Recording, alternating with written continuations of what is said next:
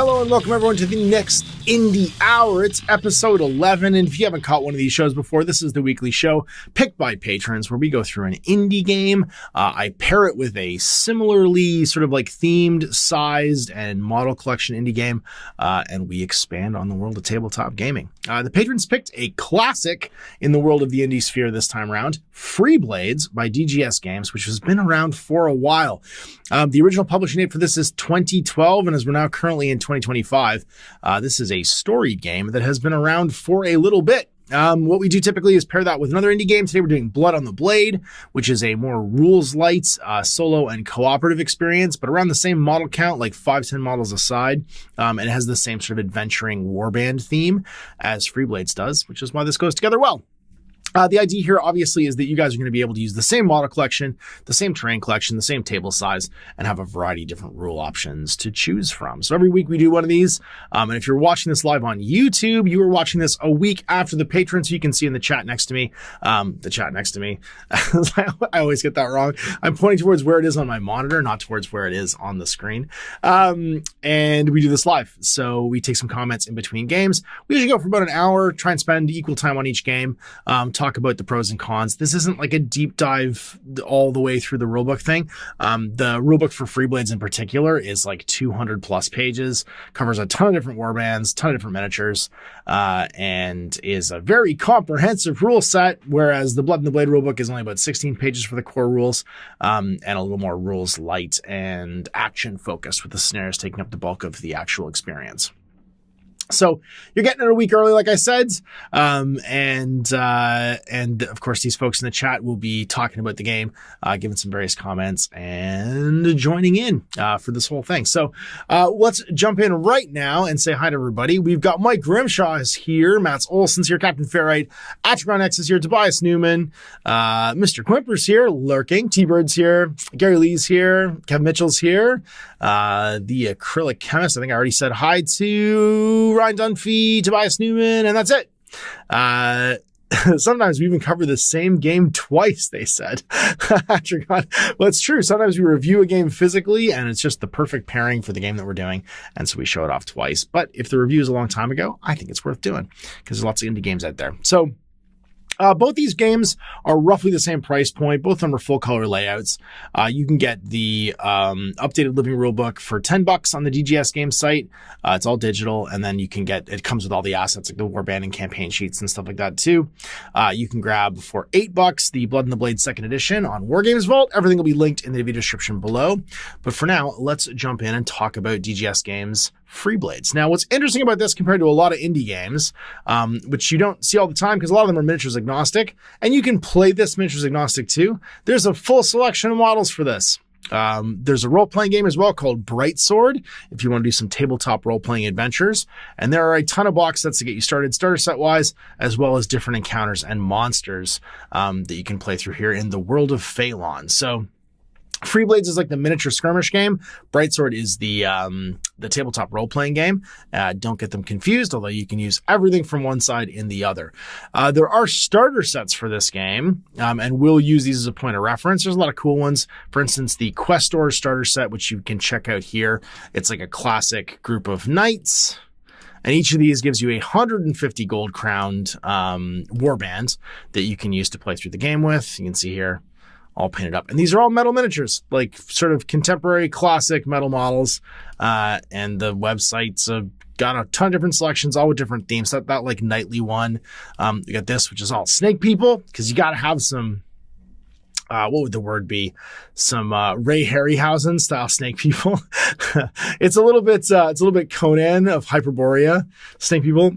Kind of Thulsi Doomy. I do like this one because it killed Newman in Jurassic Park. It's my favorite of these miniatures. And they've kind of covered all the classic tropes. There's dwarves, and each of these has like a core set of rules inside the rulebook. The dwarves have everything from like mountaineering dudes to like a Hadouken sort of wizardy style and ranged models. And they've updated the model line as they've gone forward through time. So yeah, let's take a look at this core rulebook now and get into some FREEBLADES. So as I said, again, full color layout here. It's very nicely done. And they've had, the design's been done over and over again for the last 12 years. They've had lots of time to refine this. We got John Cleves and Colin Scott doing the design. And then, of course, all the unsung heroes here doing models, casting, illustrations, cartography, and terrain, who've been working on this kind of collaboratively as a huge team. This game shows up very often at conventions. And it's nice that they thank all their convention friends. I see this at Adepticon every year. And they're playing everything from like tournaments to like campaign weekends. They're really active in the convention community. And I'm sure if you go to Adepticon 2025, there will be something FREEBLADES related there. There's a Discord, all the usual social media stuff for you to jump onto as well if you have questions. And the rule book is, as you can see here from these nice blue numbers, I'm not going to use them because I'm doing this all through my thing. It's going to chug a little bit, but you can hyperlink the living rule book to any of the sections you want to go to. 116 pages at the front end with like the core rules. And then when we get to the back end of the rule book, we have all of the campaign rules and then a bajillion different scenarios. So standard scenarios are like you play these in a campaign. Club scenarios are like you play these as like a for funsy big group activity. I like that they're both in there.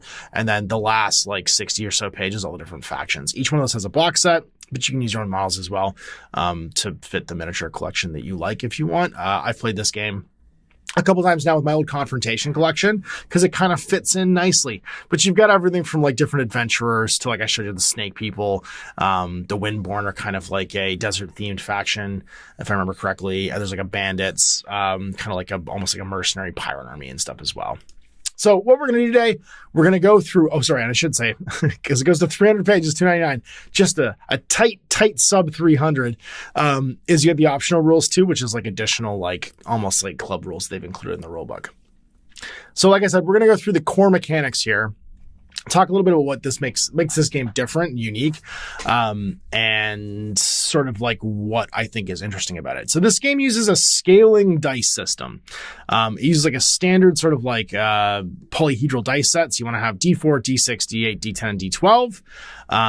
That the demons also have a D14 stat. Some tables use things like D24s and D30s. And once you have like the core mechanics mastered with like a polyhedral dice set, like a D&D dice set, you can expand into the crazy dice, which can also be used in this game, like D18s, D20s, D22, D24, 26, 28, and D30. And the idea here is the core dice set, so like D4 through until D12, they go 4, 6, 8, 10, 12. And every time you scale a dice, you grow your stat. So if the stats are dice driven, the higher the dice ability, basically, the greater your ability is in that thing. It's all measured in inches. You want a game table. The game table's based upon game size. They do recommend that if you're going to have like a 6-foot table, then you fill it with terrain. But a 4x4 table is usually what the game's played on every time I've seen it played. Game markers. They're not necessarily required, but it's fun to have things like to mark your hit points, your power, your fate stones, and your destiny stones. The idea here is that if you do use markers, they encourage you to make your own that are kind of cinematic as opposed to cluttering up the table with like a more, battlefield information-y set, because it is a sort of a narrative-based game. All right. Tier dice system, basic rules. As a model gets better at accomplishing a task, it'll have a larger dice type. So like I said, the polyhedral dice, that's where you start off with, D4 through D12. But the better you are at something, the bigger the dice sets get.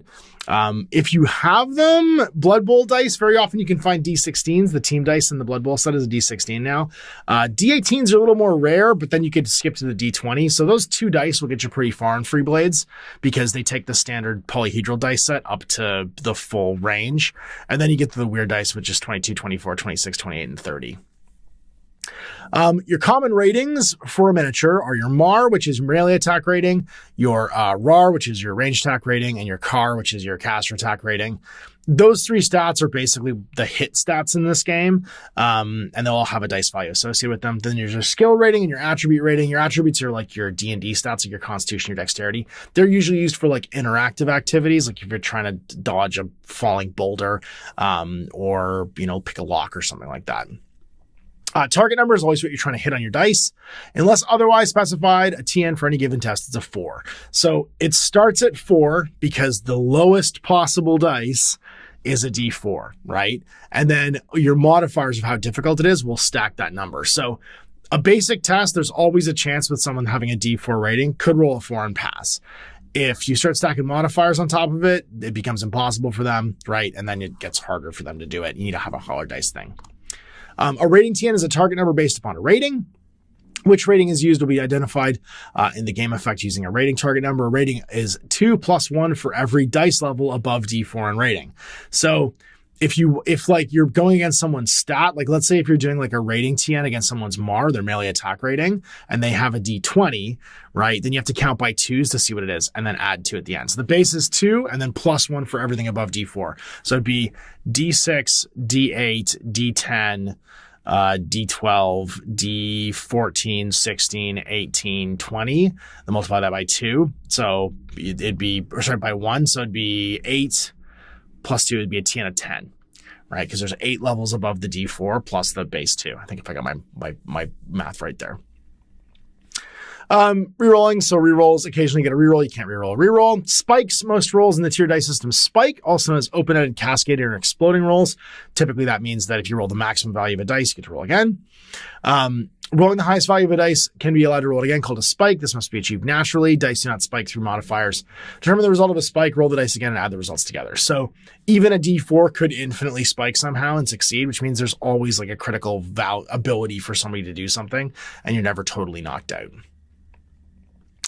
Modifiers are added after the dice roll. So like a D8 + 2 would be, you roll the D8, you add total of 2.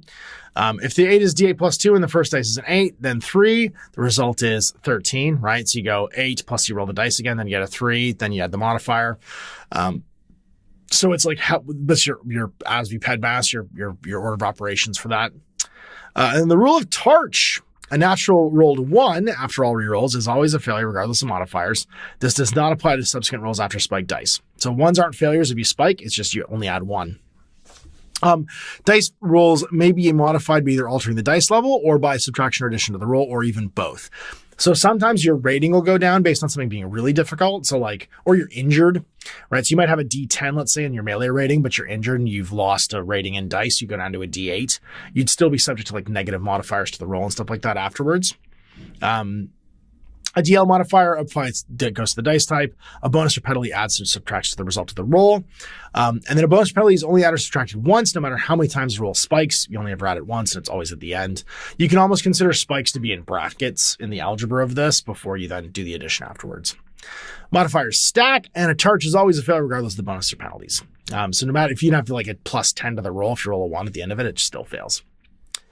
Die bonuses. Dice rolls may be modified with the addition of a die that is rolled and the result added to the first result. This is called a bonus die. This bonus die is not rolled until the base result is determined, including any rerolls that are applied to it. So you'd always do your test first and then add the bonus die afterwards. A die bonus may not be added to a roll which resulted in a Tarch. A dice bonus may spike, so you can keep rolling the dice bonus over and over again. And only a single dice can be added to a roll. 2 or more dice bonuses can't be combined. The player chooses which one they want to apply. So if you get like a bonus D8 and a bonus D6, you choose the D8 usually. Advantage and disadvantage, just like D&D, additional dice and discard. Bonus dice plus DX, penalty dice minus DX. And again, it's always after. To a minimum of 1, you can't Tarch a penalty dice. And then split dice. Some actions in the game permit the player to split a dice roll into multiple dice. This is kind of like if you have a melee attack rating of like D10, you can make 2 attacks instead of 1, but you'd split the dice. You have a lower success rate on each individual dice. But it has to add up to the total. So if you have a melee attack rating of D12, you can instead roll 2 D6s, right? Or you could do a D4 and a D8. Basically, the total dice value has to add up to your highest possible dice rating, but then you can split your attacks. Thresholds, the number by which a target number must be exceeded to achieve a certain game effect is called a threshold. This game effect will define the threshold that triggers the effect. So like sometimes you have to go equal over and then certain things will happen. So you might succeed, but then if you hit a threshold, you might unlock a additional effect. And if 2 or more effects alter the threshold of a dice roll in different directions, average them out and round the fractions down to get a new threshold. So basically if you have like a positive and a negative threshold, you take the middle to see what happens.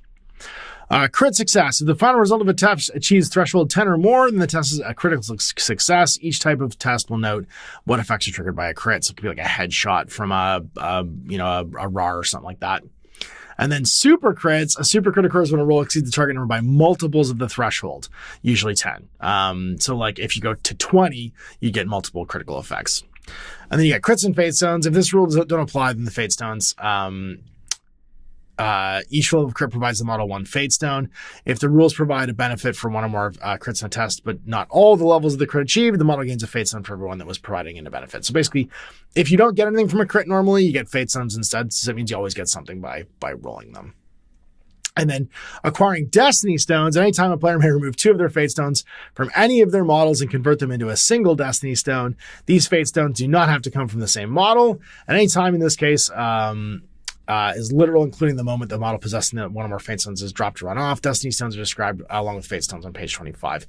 They're basically like the FREEBLADES equivalent of like the Lord of the Rings might and fate system, where you can influence the outcomes of the game. All right, test. So was that a lot for you? So this is where we're going to spend the bulk of our time, is understanding this dice system, because this is pretty... If you've played RPGs like Dungeon Crawl Classic, this is a familiar system. Instead of having like a hard numerical stat, the RNG range gets bigger and smaller in the game, and kind of wrapping your head around this mechanic is the core of FREEBLADES. It makes everything else make sense. We're going to spend a little extra time here. Because once you actually get to the mechanics of like moving models around and stuff like that, it's pretty standard. It's just, how does the pool of dice as stats and also as all the pluses and minuses and modifiers work? Because this is kind of where like the chunk of the system lays. So tests. So this is where now we're rolling the dice. How to take a test. A test is a die roll used in the tiered dice system, described on page 15. If the result of the test is equal or greater than the target number, it succeeds. If the result is 10 or more over the target number, then it's a crit, right? So like, let's say you had the base TN of 4, a 14 would be a crit. If it's lower than the TN, it's a failure. If it's natural 1 and charged, then it fails completely, no matter what. The call out here is the target number for all tests, unless specified, is a 4. This is like the key mechanic that we're going to add to. Then opposed tests. An opposed test is when you're trying to do something against somebody else. It's a bit Infinity-y. For the opposer to succeed in stopping the actor, the opposer's result must exceed the actor unless the actor rolls a charge, in which case it fails automatically. If the model is the opposer in an opposed skill test but does not have a rating in the skill, then the model uses a D4 for the test. So like if you're doing something against each other that you don't know how to do it, you use the basic dice level.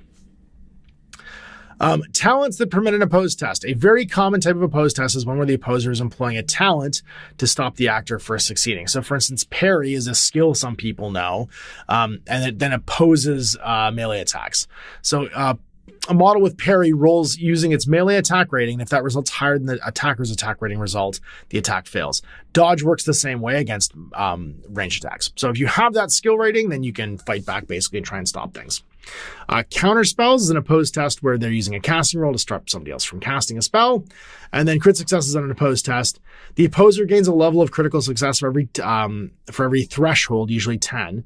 The result is over their result. So like, let's say I make a melee attack roll. I'm using my D12. I've got like a +2. I get a total of 7. My opponent's trying to oppose it. And if they get a higher, like a 17 with their total roll, let's say they get a cascading dice and it explodes, then they would get a critical effect. Combat tests are either ranged or melee. Combat tests are commonly known as attacks, and the rating used for them is RAR or MAR. The target number for all combat defenses is the def of the target model, which is usually a fixed stat. So when we start looking at, I think the next page has a stat line on it. Or not. No, we can go here instead. So what we'll do is we'll look at a stat line on this. Can you blow this up? Okay. So here's an apprentice knight barrack. I'm trying to make this bigger, but I can't, unfortunately. Can I just zoom the page? Make it bigger for you guys. There we go. So this apprentice knight, he's got a speed of 5 inches, so movement units. His melee attack rating is a D10, which means he's going to roll a D10 when he fights. And then how to hit. If the result of the attack is equal to or greater than the target's defense, taking into account relevant modifiers, a hit's achieved. So if we look at this same guy, his defense stat is a 4, right? So he's got to roll a D10, got to equal or exceed, or I think it's exceed. Equal to or greater, then it takes into account any modifiers, like if he wants to hit somebody, then it's a success. Once hit's achieved, the player determines the effects of the hit. Attacks are described later on page 61 and melee attacks on page 66. So a critical hit occurs when the difference between an attack and target's modifier is 10 or more. So like if that defense was at 4, then a 14 would be a crit. And then threshold, obviously, of an attack is beating the defense, which is threshold 10. So a threshold attack is the number by which the final attack roll exceeds the target number. Usually it's defense. Most commonly it's threshold is used to determine critical hits. Again, we're repeating a lot of stuff here, but the idea here is that we're now defining how you like touch another miniature. Damage test, once a hit from an attack, range or melee is obtained, a damage test is made. And that's going to be over here on the same guy's stat line. So you can see his battle axe has a D10 for its damage rating. And the target number for all damage test is the armor value of the model who's been hit. So this is basically the wound roll in 40k terms. I don't know, I zoomed over to somebody else. So let's take a look at the same night. So armor value would be 6. That would be the target number. This guy's got a different attack rating, but it doesn't matter. So his melee attack rating is D12 plus 1. His longsword does D8 damage. If he was trying to wound himself, his armor value is 6. That becomes the threshold that you're trying to hit, or the target number that you're trying to hit. And then critical damage again, if the threshold of success goes over by 10. Some weapons will be listed with a damage rating of D0. This attack doesn't do damage, but has a D0 there to show you that it doesn't, and it might have some other effect like poison or fire or something like that.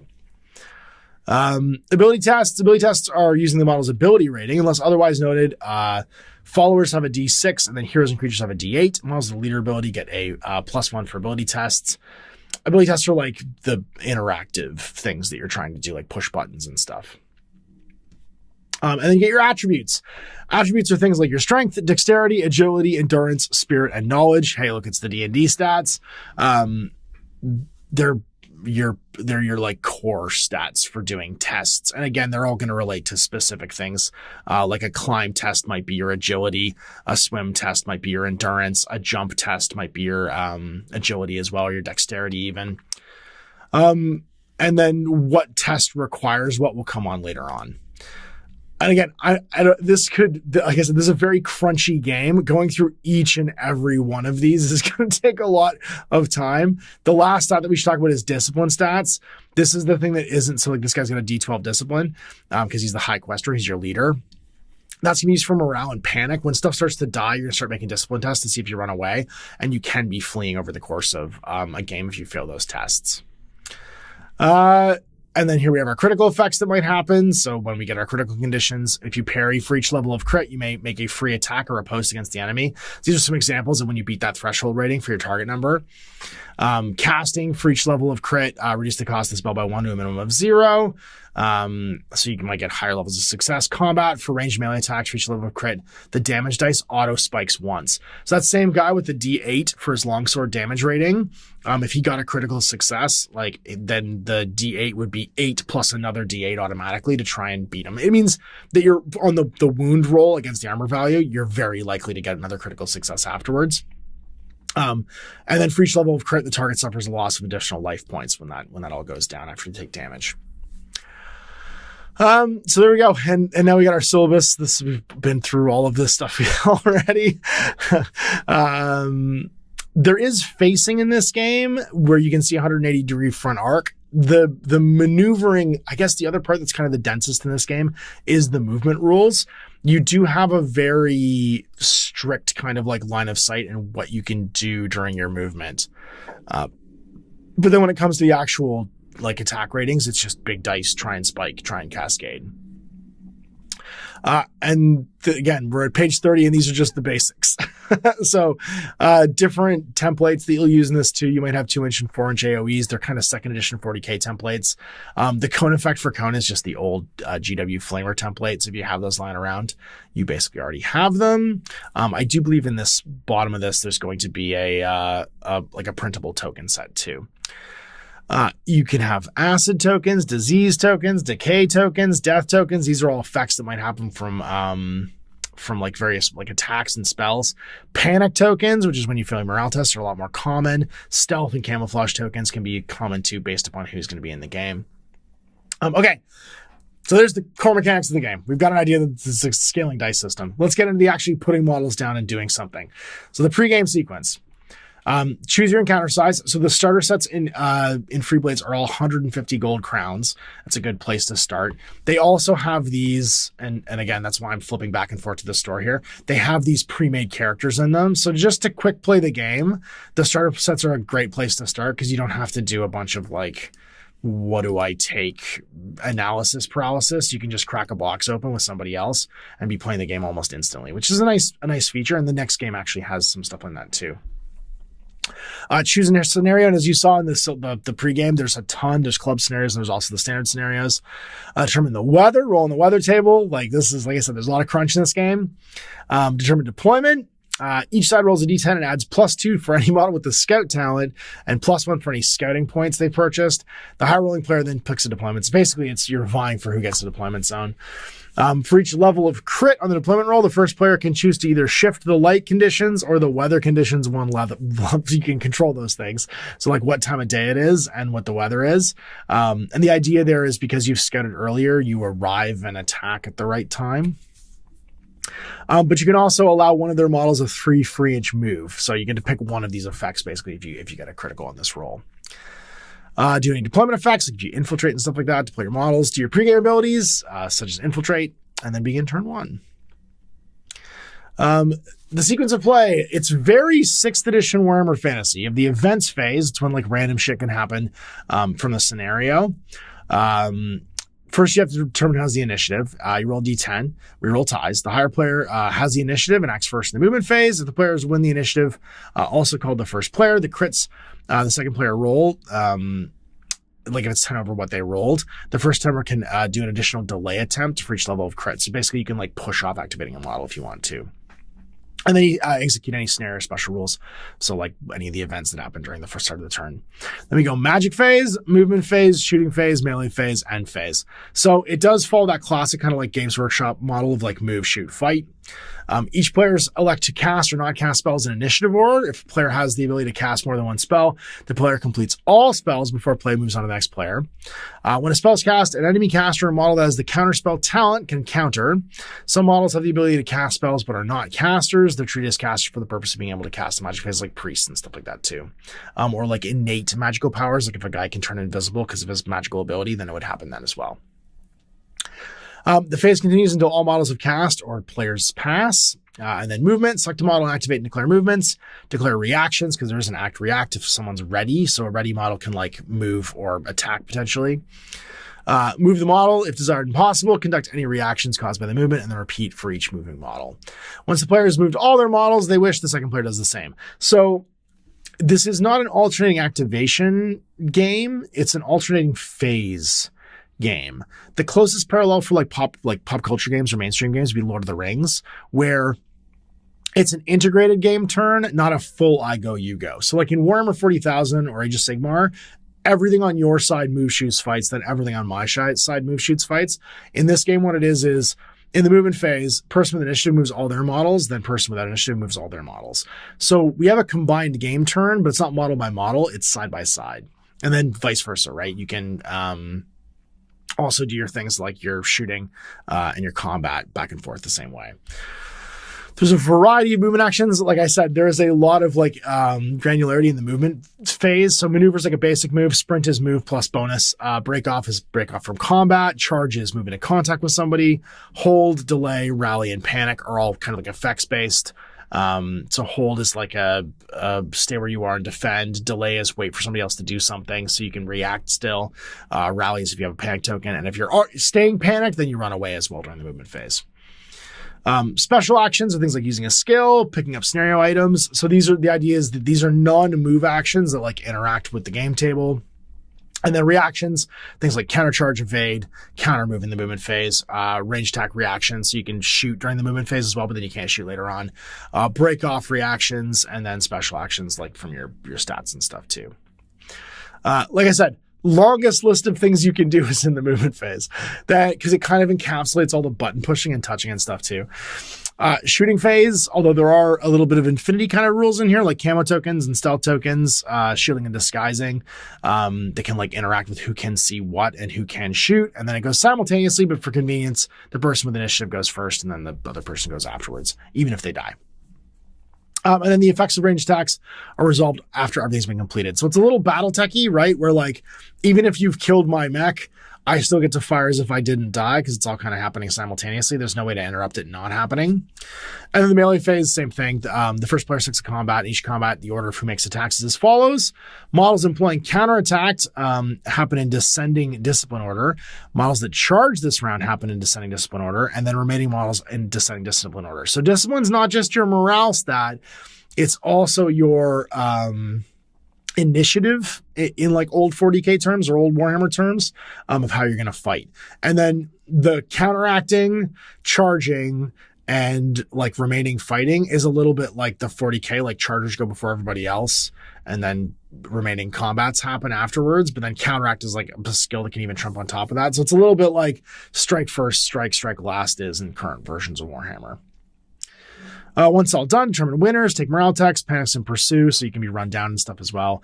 And then the end phase, where you perform your end phase actions. Like things like scenario effects will go off, spells that have a turn limit will expire, and then you check for broken warbands because your warbands might run away. And that's where I'm going to leave it because there's another 100-ish pages of examples here for everything from like casting spells. Like I said, if you like crunch, this is the crunchy kind of skirmish game for you. Just the movement section as you look through here is going to be like 20 to 30 pages. It's done with tons of great examples. So like they give you visual examples here on terrain of like how it all works, which is great. With some really classic terrain that I enjoy seeing in a rulebook. But like I said, going page by page to this is going to take an absolutely million years. And I think you get the gist from the syllabus of what we're talking about here. Like I said, everything happens in the movement phase, so it's the biggest section. Reactions might be worth going over briefly because it's when people can do things that are opposing, that kind of interrupt that, like I move all my guys, you move all your guys stuff.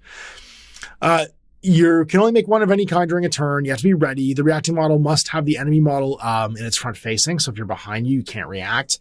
The reacting player chooses the order in which reactions occur. The reacting model must have line of sight to the model to which it is reacting. And the player shall describe the entire path and distance of the active model's move before any reaction decisions are made. So this is the ARO infinity thing a little bit in the melee terms here. And because you're only working with like 5 to 7 models aside, it works for this kind of like crunch. And there's 3 types of things you can counter move, counter charge, and evade. A model must be unengaged and on hold or delay to be eligible to make a reaction move. A reaction move may not be combined with any other reactions during the same activation, and a model that makes a reaction move does not activate in this turn. So like counter charge means you move in, counter move means you might move away or like duck or dive, and then evade. In order to evade, you have to make a discipline test, and then it makes an evade move. So yeah, these are all like self-explanatory as to how they're going to resolve. But basically, if you're able to see somebody doing something, you can effectively do kind of an ARO, like an infinity to kind of give a reference. It's like kind of pop culture. But like I said, there is a ton of examples for all the movement stuff. So I think we're 10 to 15 pages into moving. And then there's special rules for things like discorporate. So like there are rules for like wraith kind of models and spirits and stuff as well. I've basically already described the shooting test. I think the only thing left to really describe for attacking, because it's just going to go over the mods and stuff like that for like concealment and elevation and all of like the range penalties. So like if you're in your standard range or close range, there's no mod. Medium range is -1. Long range is -2. And these are just going to affect the overall dice roll. The target number is still going to be the defense. Shields can add to the defense against range attacks. One guy in a melee can also be getting your shield bonus for defense and stuff too. So let's go to, I think it's 66 is damage. The melee is, again, the same thing. It's just going to go in descending discipline order. And I think it's page 66 where we get to damage. For each hit on a model, results in a damage test. We already went through that. And then how do you take damage? Combat results. For what happens when a model is hit by multi-XC damage tests. After all models inside of thoughts. Nope. Did we already miss that? Damage tests. Yeah, you beat their armor value. You lose a life point. That's right. You just lose a life point. A model loses its last life point, is dropped and is removed from play. Critical effects, you lose additional life points. Some weapons do no damage. Critical damage. When you do, for every level of 10, basically over the top of that, you're going to take an additional life point damage. That's right. And to give you some examples of how many life points you might have, this guy, this spearman, has a single life point. The leader types will have like 2. And they're like, again, they're kind of statted like wounds are. This guy's got 3. He's your leader, the High Questor of Tanar. They're statted a little bit like Warhammer models, so it's pretty familiar the amount of wounds you have. If that gives you some reference point for how much damage you can take. So let's get into, again, ability, skills, and talents. That's a whole other bailiwick. We're not going to spend too much time here, but there's a gajillion of them. All kinds of things you can do. All kinds of weapons you can give your guys. All kinds of items you can have, right? Like necklaces and melee weapons and funky spider nets and slings and longbows. Yeah, there's a ton of different gear. So alchemical arrows, forest cloaks, and these will appear on the various different models. Magic items like power stones. Nimble socks give you +1 dice level to your agility, right? And you can find these during campaign games and stuff too. Cards like the Avalanche. It's a D11 Warhammer. And now we get into the warbands. Okay, so free bands. Assembling free bands. So this is the building your forces now that we've gone through the core mechanics here. A free band is a single player's models. Free bands are recruited from gold totals, which represent the amount you have able to recruit your free band. The idea is you're forming a band of adventurers. Models are indicated as either leaders, casters, heroes, or followers. A free band must include one and only one leader. You can have no more than one caster, so you're not going to be able to spam casters. The ability to take an ally caster does not alter this restriction. A free band may include up to 4 additional heroes if 250 point gold or less base cost. Free bands over 250 can include additional heroes for each full increment of 50 gold. And then that's just so showing basically the champion Mordheim level guys. So if you want this in like Mordheim terms, 1 leader, up to 4 champions. And the bigger your game ratings get that you want to play when you're balancing out games, if you're playing one-off games, the more heroes you can then buy. You can never take more than 2 enemy type of hero. Again, kind of Mordheim-y. Your list can never include any number of followers as long as the total number does not exceed 18. You can never have more than 18 guys. And then you have like these, it's all kind of like in one sheet, but in Mordheim terms, these are like what make your factions unique. So for instance, the Black Rose Bandits, they must be led by the Black Rose, which is their leader. May take any hero or follower from either Black Rose or Black Thorn except the Illusionist. It's not a trick, Michael. It's an illusion. I don't know why I just Arrested Development did there. And then Black Thorn Bandits must be led by a Black Thorn hero because they're like rival gangs, sort of. But these are kind of your additional restrictions for like warband building and stuff like that. Free band base cost, the cost in gold of all your recruits plus the cost of any gear that they possess. And then free band value. This is like your rating basically, for once you've gotten stat increases and stuff like that too. So you can do balancing effects when you're playing the actual missions and stuff like that. Who can ally with who? Because you can cross the factions and stuff like that as your model collection grows. So you can see who can like basically join from different factions. And like I said, there's a ton to dig into here. All right, show me some factions here. Oh my God, we're in terrain rules. Because of course there's rules for every possible different location and terrain type. And then scenarios. Okay, so standard scenarios, there's 14 of them. We're going to look at skirmish. And then you can see here the club scenarios. You have like demonic attacks, the Druid's Grove, into the ruins, the lair. But let's just look at skirmish because this is the basic one and this is the one that's going to make the most sense. Free bands are all prized by all sides of the war, serving as scouts, flank guards, and operatives. Here, 2 free band warranted to opposite sides of a conflict clash of strategic points. The idea here is your adventuring bands, you're all working under warrant, kind of like rogue traders in 40K. For like one of the powers in this world. And yeah, your opposing guys have shown up. 4x4 table, place an objective marker in the center of the table. Deployment rules are the standard roll-off and stuff like that, with like the weather rules and stuff too. No special rules, and the game ends when only one side has an unbroken freeband or all the freebands are broken, the time limit's been reached, or one side has a model in contact with the objective, and no enemies within 3. You've taken the center, basically. The winner is the side that holds the objective for 2 turns. No side holds the winner for 2 turns. The only side with an unbroken freeband remains, then they win. It's just a cascading if-ands for who the winner is. And then you can win campaign gold and earn experience. A model that drops an enemy leader or caster gets +2 additional over the normal award for causing the leader loss. And then, so that's like a standard like lineup and fight. It's pretty like simple. It would be a good, like, if you wanted to play a tournament of this too, it'd be a good tournament scenario.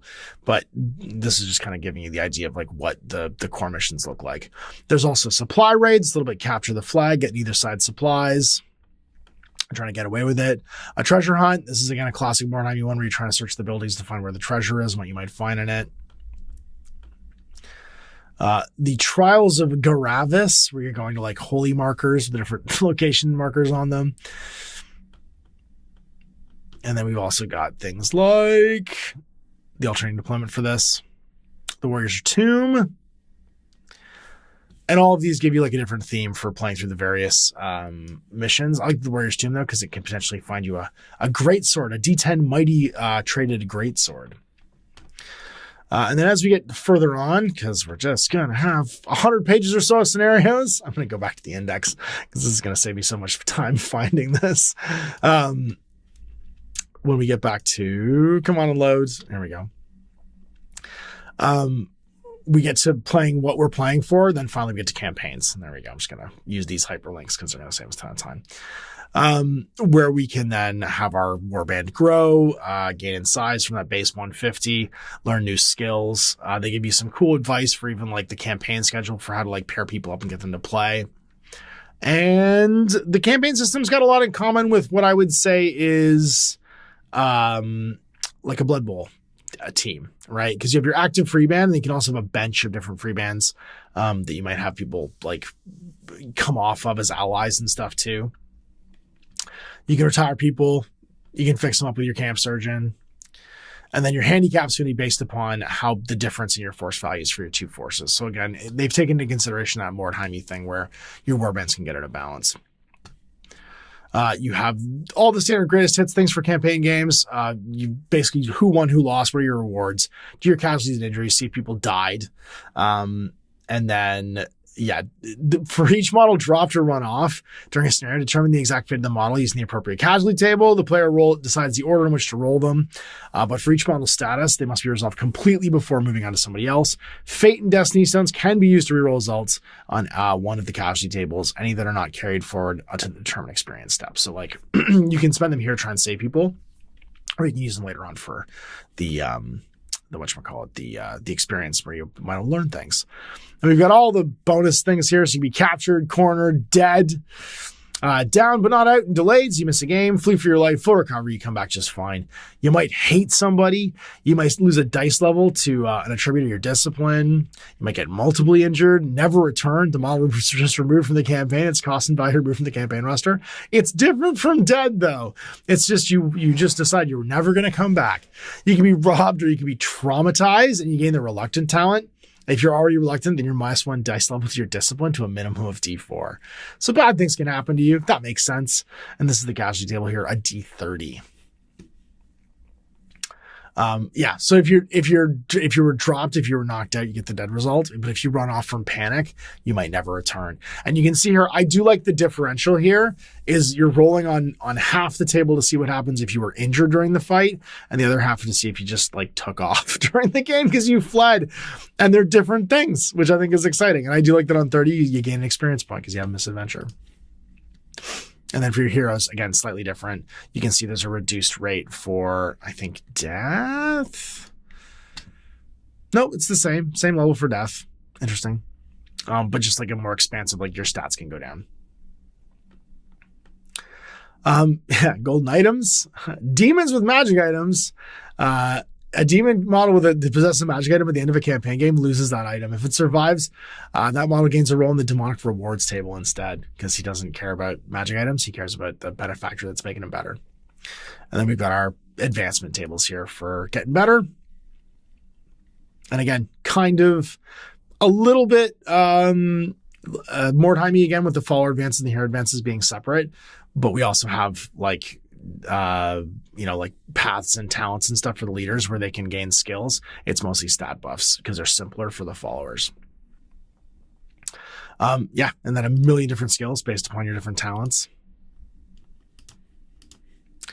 And then we get into some warbands. Okay, so now we're seeing the actual warbands you'd recruit from. So we'll take the Azura Windborn here as an example. There's no faction-specific assembly rules, so you just take them as you want. You have to have one leader, right, up to 4 heroes. And then the followers are the Cloud Chasers and the Minstrels. So the Skyrider is your leader, only one leader choice, speed 7, got a melee rating of D12, and its wound value is D6 plus 1. It doesn't have a ranged attack, but defense 5 to hit, armor value 3, try and wound it. And then life points 3 and a discipline of D12. So very disciplined. Has a pile of special rules: dodge, feint, fly, hit and run, and tripping strike, and has an agility skill rating of D12. So if you don't have a skill rating, an attribute rating, it's considered to always be, I think it was D8. And then Skyborn. During deployment, choose a model with fly. That model must be kept off the encounter area at the start of its activation. And be placed anywhere in the encounter area and not in contact with the enemy. So it just like shows up. Stormspeaker is your caster. Hailstorms, Squalls, Thunderbolts, and Whirlwinds are your 4 different hero types. They've all got different weapons. So like you get a ranged attack on the Hailstorm and the Squall. Thunderbolts and Whirlwinds both have like good melee attacks. And then Cloud Chasers, they have long knives, so like your melee dudes. And then Minstrels, they have their Zishadi, D6, like with short range 6, medium range 12, long range 18, like your ranged fighters that can fly. So yeah, and you recruit. The cost over here, it's like 39 points for the leader. If you're going to go up to 150 points, I think the box set comes with a good mix of what's in here, including the caster. So if you'd have your full complement of heroes, let's say you could take the Skyrider and the Stormspeaker and have 70 points spent already. A Squall would take you to 100. And then you could have 2 Cloud Chasers for 110, 2 Minstrels for 120, and then 2 Minstrels for another 22, so 142, and that's going to give you roughly your 150 points. So that's 1, 2, 3, 4, 5, 6, 7 models to start off with. Not a lot of warbands, or not a lot of model counts, like a nice skirmish size game.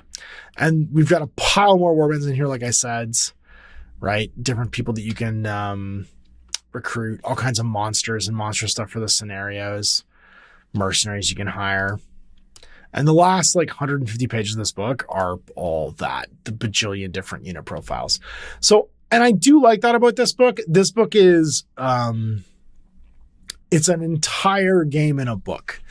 And most companies don't do that these days. They don't do different factions, world building. The last really big famous example of this would be something like the Warhammer 40,000 3rd edition rulebook that had all the army lists in the back, right? One of the reasons I was impressed with Fire and Jade, the new Spearhead book from Warhammer, is that it had all of the rules and also all of the factions in a single book. It was a complete game in a book. This is doing that at 300 pages with all of their bajillions of factions, and then a ton of different scenarios, a campaign system and stuff like that, all put in one spot. It's laid out with an index, again, all hot linked. So if you need to find anything, just come to the back page. You can get this book in print as well, I'm pretty sure. I don't know what the newest edition in print is, but I'm sure they probably have a 2024 edition if they've done this update. They seem to update it only when a major thing needs to change, and they do print copies as well. Beautiful map layout here of their world. Phalon, I think it's called. And that's it. That's our 310 pages of the FREEBLADES rulebook. So I'm going to check back in with the chat because, man, that's a big chunky rulebook, and see what everybody thought. I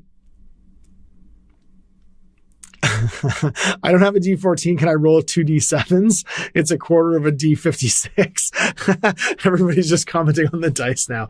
Yeah, I think that is the biggest thing to wrap your brain around in this, is the scaling dice system.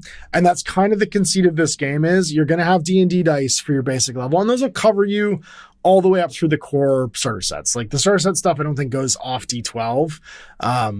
If you want to get into the crazy dice, like I said, it's 14, 16, 18, like 3 more dice will take you to D20. And then you've pretty much got, like, unless your guys are going to level super high, you're going to fight like dragons and stuff like that. You're probably not going to go higher than that. But that's why I spent the beginning of the rulebook dive looking at that, because that's the biggest core mechanic of the game. Ryan says, man, this thing is crunchier than my game. Yeah, this is a big crunchy. I mean, it's 12 years on. They've added a ton of factions. They've been through a bajillion rounds of playtesting. You saw the credits for the front of the book. They've spent a lot of time trying to make this game as comprehensive as possible. And yeah, and it's a big, huge amount of like work that's gone into this book. Jeanine says, feels like War Machine and all the effects and physical interactions of models. I would say you're 100% right on the maneuvering stuff. And I say that is like the second conceit of this game is because the model count's low, they want you to care about where you're facing. And like that maneuvering element, it's kind of Bushido-y or confrontation-y, where like your orientation to the other models that you're fighting against really does matter. And that's sort of where like the delight in this game comes from. My one thing I would say is I don't think this game needs a 4x4 table. I think you'd be fine playing it at 150 on a 3x3, and maybe as your games get bigger, blow it up to a 4x4. But the crunch of the core mechanics is such that like a 4x4 table and like a big like 250 or like 350 gold crown game, you'd be spending a lot of time maneuvering, and the games would probably get longer faster. Ryan says, funny, I was planning on less crunch with my next game and eventual 2.0 of my existing one. Yeah, fair enough. And then Matt says, something tells me this game doesn't have a quick play mode. Ryan, he says, I have at least a few buddies that love this level of crunch. Matt says, to be honest, when he said it was 300 pages of rules, I think he wasn't lying. And then Kev says, yeah, so it's a simulation versus rules light. I know it's a broad church, but I'm definitely happier in the latter these days. Absolutely. And that's what we're going to get to when we get to the next game, because the next game is a lot more rules light. And I think you'll see where I'm coming from. Same model collection, same table size, but a lot quicker to play. And Crow Chemist says, a campaign rules remind me more of Necromunda. And Ken Mitchell says, this definitely feels like a role-playing game where you do the fighting on the tabletop like a TTRPG. That is a good point. And I would say that that's definitely, I think, the intent here. And they have a TTRPG to go with it, which you can definitely blend the two and do your role-playing to one side and then do your combat to the other if you want as well. So let's jump in now and take a look at the next one. I'm going to drink some water, though, because, oh my God, I'm thirsty. Because we've gone for a while on this first one. All right, so Blood on the Blade, 2nd edition. Let's dive in and have a look at this. This guy's on Wargames Vault for $8. Again, roughly the same model count as this previous game, and it's a best gold seller. I really enjoyed this rulebook for the way it's laid out by Guitardo Zancani. It's a one-man band. I will say, though, one of the things I had to do was make sure that I blew up everything here, because the rulebook, when you download it off of Wargames Vault, is sectioned. So you'll need to print them off all individually. There's a printer-friendly version of this set, but the core mechanics are a separate 16 pages, including, well, it's 16 pages minus 2 pages here for the this like overview and the cover there, but 16 pages of core mechanics. So what do you need? Well, you need some scenery, you need some miniatures, like 4 to 10 figures. You need the rules. There's 10 scenarios in here, 19 enemy sheets for more than 70 enemies. And the enemy sheets is a neat mechanic. We'll get to that again. This is a whole other PDF. That's for me to flip over to.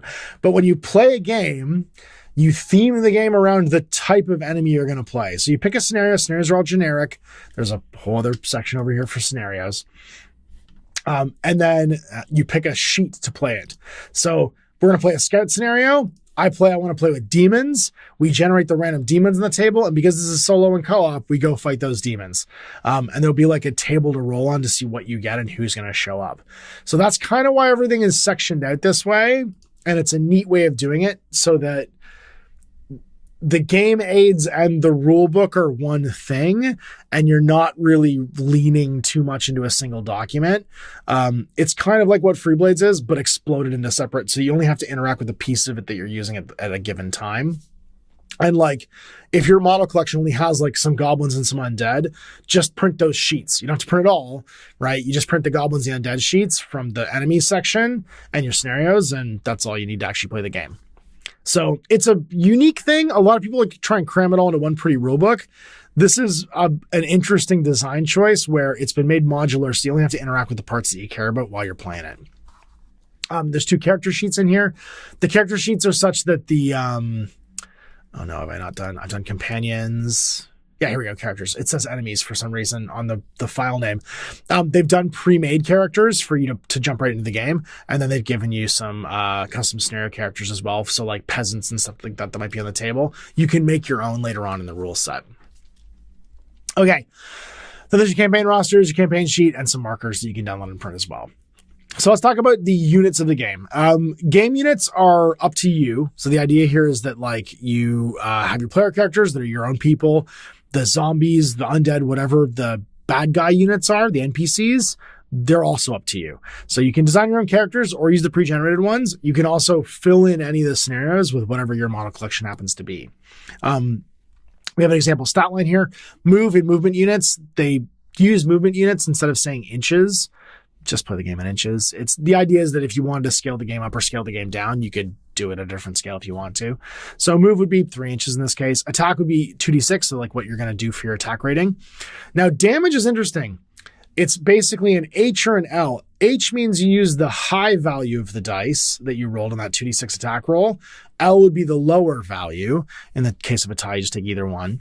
But it could also be like L plus L or H plus L. Like you could add both dice together if you get H plus L. If it's L plus L, you do like the low dice and then like the double it. Like there's a bunch of things you can do that. It expresses itself differently, but it can be... The idea here is that you're using the RNG in like a unique way. It's kind of the unique like mechanic here. A missile attack would be the same kind of breakdown with like a dice to roll a damage, and then the range is like the only new stat. Target number, and then if you have a shield or not, and then your DR is your your damage reduction. So how much damage points you don't lose by. Melee attack is just the dice value you're going to roll. And then how much damage you take would be onto your hit points. So like, let's say I rolled 2d6 against the same zombie. I have to hit the target number 10 to hit them. And then let's say I did so you have to hard roll a 10 on 2d6. There could be bonuses and stuff too. If I got that target number, then let's say I rolled a 6 and a 4. Because I do low damage, I do 4 points of damage, reduced by whatever the DR rating is, and then taken off their hit points. In this case, the zombie hitting himself would have 7 hit points left when he's done. So the 6 and the 4 added together hit the target number. Low dice for damage is the 4. 11 goes to 7 overall. Real simple. In addition, players also have Constitution, Strength, and Dexterity. These are your skill check stats. The lower part of the roster contains a damage track where you can keep track of the damage sustained. The modifiers presented here are some advanced things that you might have. Skill checks will use your special stats like Constitution, Dexterity, or Strengths, and they're defined basically with a target number. So if you needed to make a skill check for Strength with a parentheses 11, then the target number would be 11. And enemies always start with a con, dex, and strength of 1 unless specified otherwise. We got our scenario sheets, like I talked about earlier, and those will be, I have to go to the right tab. Here we go. So for instance, Scout, they will tell you what you have to do. Subjective, reveal 6 event markers. Scenario ends when all the markers have been revealed. So there's going to be random event markers on the table, and they will randomly be the things that you flip over. You gain 1 VP per surviving member of the Warband, and loot tokens can provide additional ones if you find them. You shuffle markers 1 to 8 and place them on the table. They don't know what the numbers are, but it could be loot. It could be a loot with an enemy model. It could be enemies. It could be nothing. But also those nothings could raise the alarm. So like you roll a dice on a 1 to 3, you reveal the nearest marker because like a dude lurches out of the bushes. And then 7, 8's nothing. It's just an empty area. Loot tokens can have special places or effects, basically like a loot token has -1 to your movement because you're carrying something heavy. Your attacks are -1 because you're burdened, and your TNs are reduced by 1, so like you're easier to hit. And they can be worth things at the end of the game. So this is like your core mechanics here. Whenever people activate on the bad guy side, and you'll see that when we get to the activation sort of like strategies for the game, where the token system's used, because you're going to put chits in a bag and then have people go. You'll roll a d6 on this table for the bad guy that's activating, and you get a target. So like if the 3 is rolled in this table, the nearest enemy unit will then go to support the nearest enemy unit. So it's who's activating and then what are they doing when they activate, and it'll always be random. So there is a little bit of like fog of war in this, and the AI is complicated by the fact that it's a bit unpredictable because of the RNG, which I really like.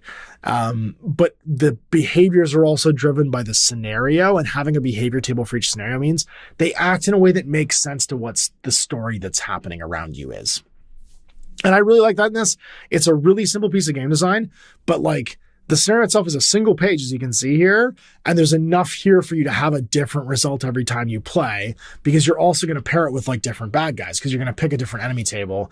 In this case, it might be the demons, right? So like in a Class A encounter, because this is a basic encounter, right?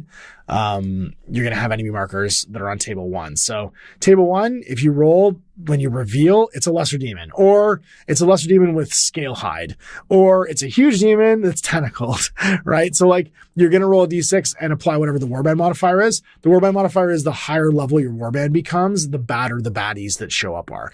So if you look on this, you're not going to get a ton of huge demons, but you're more likely to get lesser demons in the beginning. And they have like a kind of standard human stat line. You get 1, 2, or 3 of them for tracking damage on this thing. They have like 12 hit points and they fly. They don't shoot, but this guy's got a 6-inch move. He rolls 3 dice to attack. His damage rating is high dice +1 when he attacks you, and then his target number to hit is only an 8, and his damage reduction is -4 though, because he's hard to hit because he's like incorporeal. He's got claws and horns, and as his damage track goes down, there's some optional rules here. As you take damage from 12 here, once you get below half, you'd be -1 to your attack rating. And then as you get down to like 2 hit points left, you're -2 attack, -1 to your target numbers to hit, and -1 to your movement. So like there is a wounded thing built into the damage track. And when you look at the character models, they have the same thing. Their damage tracks will like progressively have them get worse the more they get damaged. Usually starting at below half, and then from below half to down to like the last 2, basically, you're like critically injured and you're crawling around and stuff. And that's just page 4, and we're already this far in. Enemy forces are described. Event markers are things they'll do in this scenario, and then activation markers. So this is the kind of interesting mechanic, the fog of war of this game. And it reminds me a little bit of like bolt action, or any of these like chit-driven activation games. You're going to get a bag or a cup. You get different colored tokens for you and the bad guys that are on the table that you can currently see. Because if they're not revealed yet, then like for that one mission, the scout mission, they're not going to start on the table. At the start of the turn, you're going to pull a token. If it's a character token from your side, and you're going to have a number of tokens equal to the number of fighters that you have, then you activate them and they do their actions. If it's going to be a bad guy token that's already on the table, then you activate the bad guy, you roll to see what their behavior is. If it's the end of turn token, the first time you draw it, you put it back in the bag. The second time you draw it, it ends the turn. So there's this random factor that the turn might just end with not everybody having activated, which is neat because in a solo and co-op game, you don't want to be an unreliability of your protagonists creates a little bit more of that like surprise and delight where you don't know how the story is going to unfold over the course of the game. And we're already at standard game. So select your scenario and prepare the game. Select, if you're playing your first game, play Scout, it says, and use the pre-generated characters that are here. Select a Warband, which would be, again, use the pre-generated ones if it's your first time, but you can make them too later on in the game. Select an enemy sheet. If the enemy sheet selected includes an enemy group section, roll a d6 and consult the enemy group section to determine the enemy group you'll face, so which of the 2 tables you're going to roll on. And if the scenario requires the placement of any units, you place them down to start off with. If any aren't off the table, then you don't put them down. A turn sequence, I already described it, pulling the activation marker. And if you pull the end of turn marker twice, then the turn ends. And then we have our actual activation. So player activations, you get your first action. It's always going to be a move. You can skip it though. And then second action can be another move, a quick action, a standard action if you don't do any first moves. Drop or pick up or exchange equipment, stand up, chug a potion, throw a flask, use an herb, or execute a special action. And they're all pretty self-explanatory. Move your move stat, make a standard attack, make a quick attack, but it gets +1 to the TN. So if you move and fight, you're going to get +1 to the target number. Drop or pick up equipment, it's self-explanatory. Give something to 2 adjacent models or hand off tokens. Movement, which is moving around. You can move around freely. It's an additional movement point to cross linear obstacles, like over a wall, costs you one inch. Once 2 adversaries are within distance of 1 movement point or less, you must place the 2 in contact. So if you come into control zone, basically, then you're going to be in contact. And then regardless of their move unit's capacity, always move the active unit in contact with the stationary unit. So you have in Lord of the Rings, it was like a snap to ability, basically, when people would snap to you. That was in Frostgrave as well, kind of the same mechanic. And then event markers, when a player moves within 2 inches movement points of a face-down event marker, you immediately reveal it and see what it is. As you saw in the scenario, it's numbered usually, and it'll tell you what's going to happen immediately. Once you're engaged, you can't move. A single unit can never be engaged by more than 4 figures. You can't gang up with more than 4, regardless of your base size. And if a unit's engaged by 3 or 4 figures, one of the attackers can disengage as a special action for free. Basically, but you can't engage other figures in the same activation. So once you're occupied by a bunch of people, you can move off without having to make it like a roll. You can be prone. The AI triggering for the event markers when you come within 2, see what happens. One very common action associated with the event marker happening is a string of enemy A's. This means you must now place a group of enemies on the map. The event marker action enemy A triggers the placement of a new group of enemies on the map. Proceed as follows. Roll a d6. The event was enemy A +1. Add 1 to the roll. If it's A -1, then subtract 1 for the roll. So like, for instance, if we're looking at that scenario that we started off with, Scout, it's just A. So it's the core roll for what they have.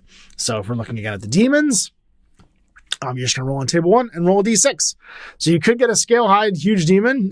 You could also get just some lesser demons, and they'll be just regular dudes. And then combat, attack resolution. Engaged unit with a melee attack must execute a melee attack if they're adjacent to the adversary. So you have to attack if you can.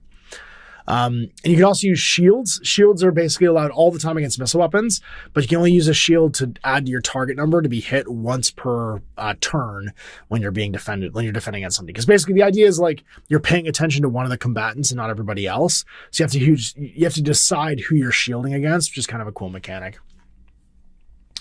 And then damage, if the attack successful, determine the damage inflicted against using your damage stats. If it's like high plus low +2, then it would be the high dice plus the low dice +2 total. And then you subtract their damage reduction, and then they take damage. And that's it.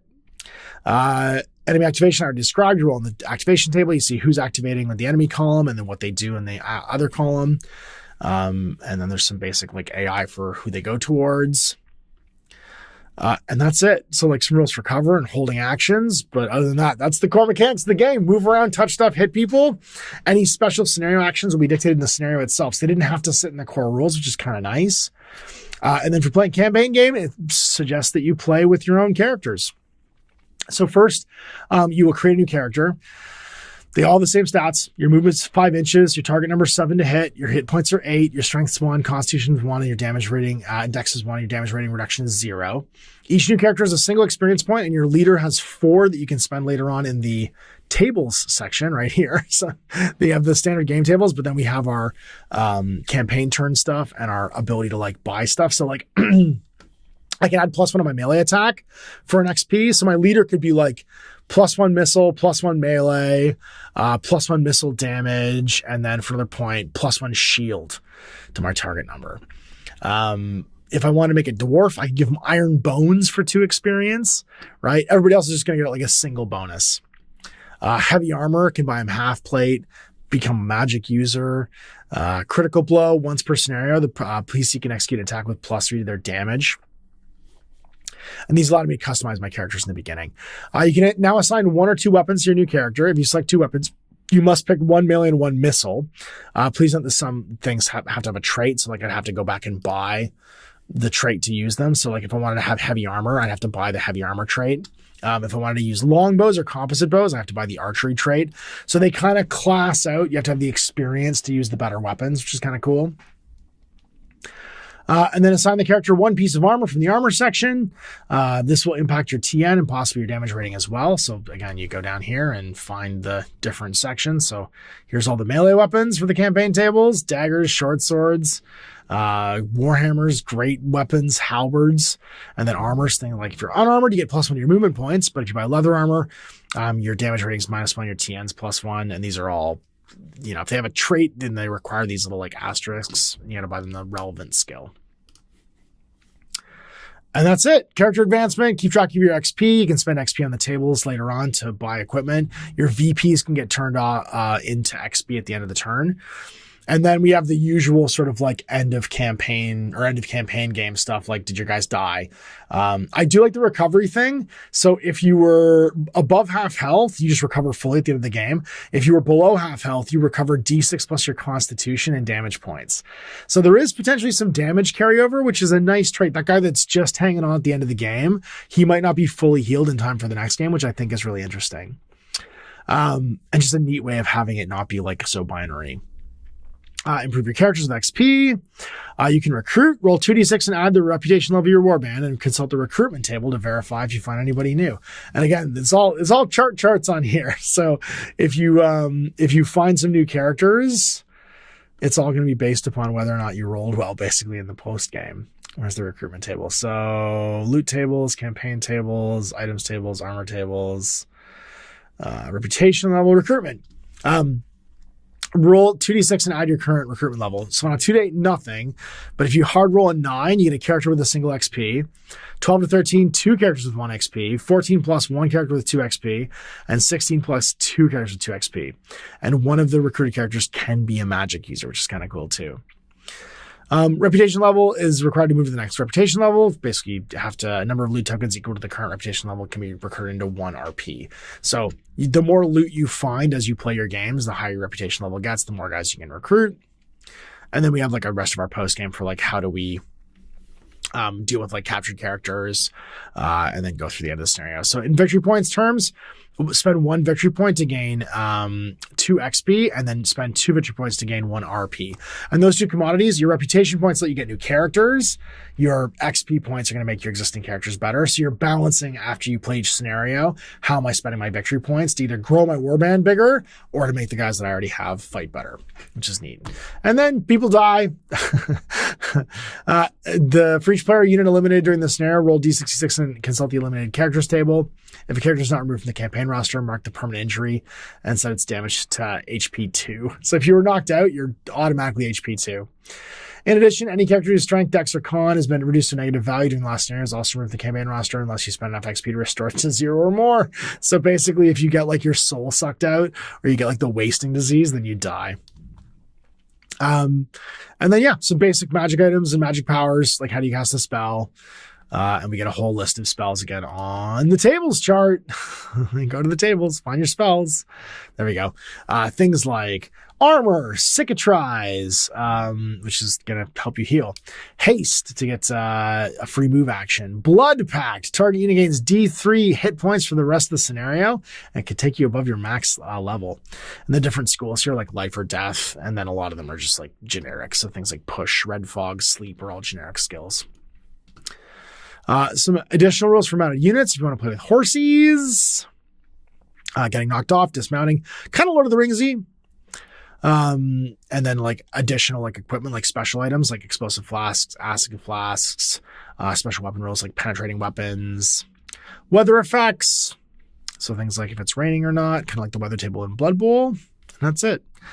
16 tight pages of Blood on the Blade. I really like this one. And again, there is probably an enemies table for every possible thing. Bad guy elves, spider monsters, bosses like hill giants, great spiders for playing boss things, chaos knights, demon princes, lizard kings. He does a great job of giving like every Warhammer Fantasy Battle unit some kind of a bad guy sheet here. So your collection, you can probably find something to play with. Major undeads with wraiths and young blood vampires. Minor undeads like zombies and ghouls. Enemy warbands, just like regular humans. So swordsmen, axemen, archers, and leaders. You'll roll on the table to see what shows up. Yeah. So like you can, and again, this is a solo and co-op game, so you can play based upon the number of warbands on the table. The enemy values will go up, and you'll have a bajillion different things that you can play against. So Blood on the Blades, another again, a more concise one this time around for those that want a more rules-led experience, and very versatile to whatever your model collection is. So there we go. Let's see what the chat's saying. And yeah, I think we're just about done. Kevin says, nice. I do love having lots of options and random stuff tables. Gene Seed says that they could crib confrontation in that. I think at like 25 years on, everybody's cribbed everything a little bit. I like to use older games just as a point of reference for like where some of the design comes from. I don't think there's a lot of like, what's the word? I don't think there's a lot of like,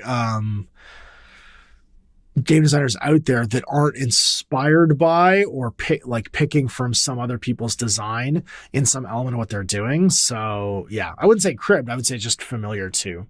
Also, Confrontation's gone, but not forgotten, and may come back relatively soon. I just saw model pictures for Confrontation's new miniature line coming out soon. Matt says standard fantasy skirmish goodness. Atragonex says move around, touch stuff, and hit people. Words to live by. I mean, that is pulling that out as the core mechanic of the game is the thing I really like about Blood on the Blade. Because it keeps like the how do I do stuff section separate from all the ancillary information that might come up in an individual scenario, or like when you pull out whatever your bad guys are going to be.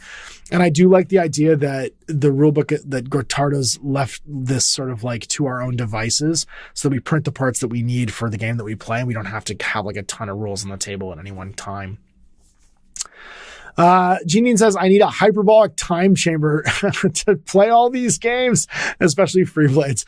Matt says, my brain halfway imploded on FREEBLADES. I think I may need to rewind to catch up Blood on the Blade again.